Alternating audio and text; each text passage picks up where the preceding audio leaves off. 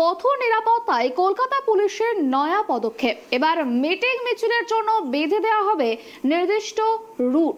Road safety সপ্তাহ কর্মসূচির শেষ দিনে এই বিষয়ে একাধিক কর্মসূচির কথা জানালেন কলকাতা পুলিশের সিপি বিনীত গোয়েল।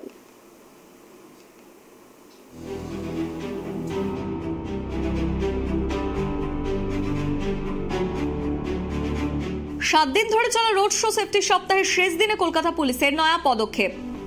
শহরের রাস্তায় ট্রাফিক নিয়ন্ত্রণ নিয়ে নতুন ব্যবস্থার উদ্যোগ নিল কলকাতা পুলিশ।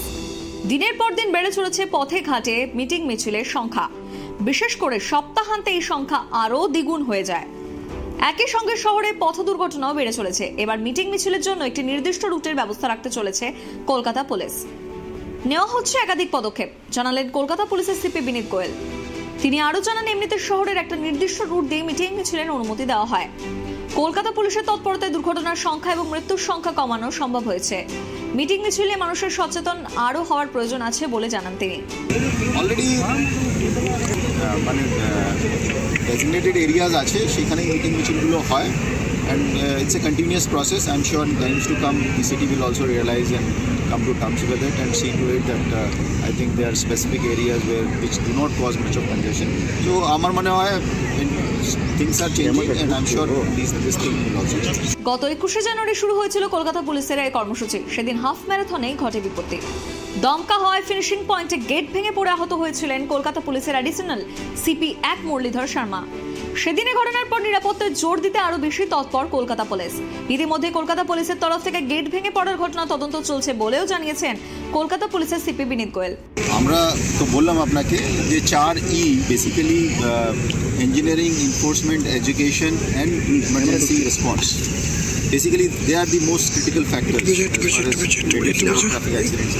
ইঞ্জিনিয়ারিং এর ব্যাপারে অনেক জায়গায় রিফিউজ আইল্যান্ড হয়েছে, আরও একটা প্ল্যানিং আছে যেখানে রিফিউজ আইল্যান্ড যেতে কি মানুষ একটা স্টেজে ক্রসিং না করে মাল্টিপল স্টেজে ক্রসিং করতে পারে। We find that the pedestrians are the most vulnerable sections.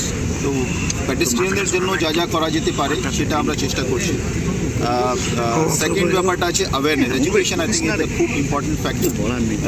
All stakeholders, all road users যারা আছে ওরা যদি বেশি অ্যাওয়্যার হয় এবং ট্রাফিক রুলস মেনে চলে তাহলে I think it make a big difference. এর জন্য অ্যাওয়ারনেসের জন্য বিভিন্ন ধরনের প্রোগ্রাম, যে ম্যারাথন করা হলো, এটা বেসিক্যালি অ্যাওয়ারনেস ক্যাম্পেইন।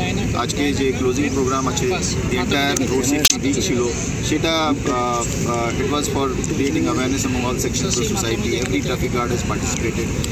এটা আজকে শেষ হচ্ছে না, এটা it is a continuous process, এটা ভবিষ্যতেও চলবে।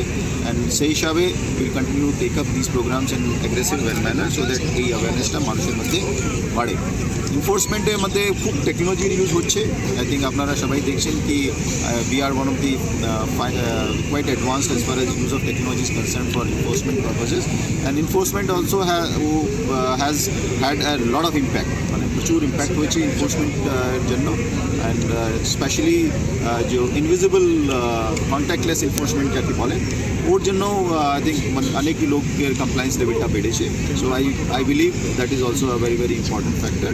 I will try to aggressively work on bringing in new technologies so that we can improve our enforcement strategies. সব মিলিয়ে কলকাতা পুলিশের তরফ থেকে নেওয়া হচ্ছে একাধিক কর্মসূচি। শহরের পথ দুর্ঘটনা রুখতে নেওয়া হচ্ছে নয়া পদক্ষেপ। এবার থেকে নির্দিষ্ট রুটেই হবে মিটিং মিছিল। Bureau report, tribe TV.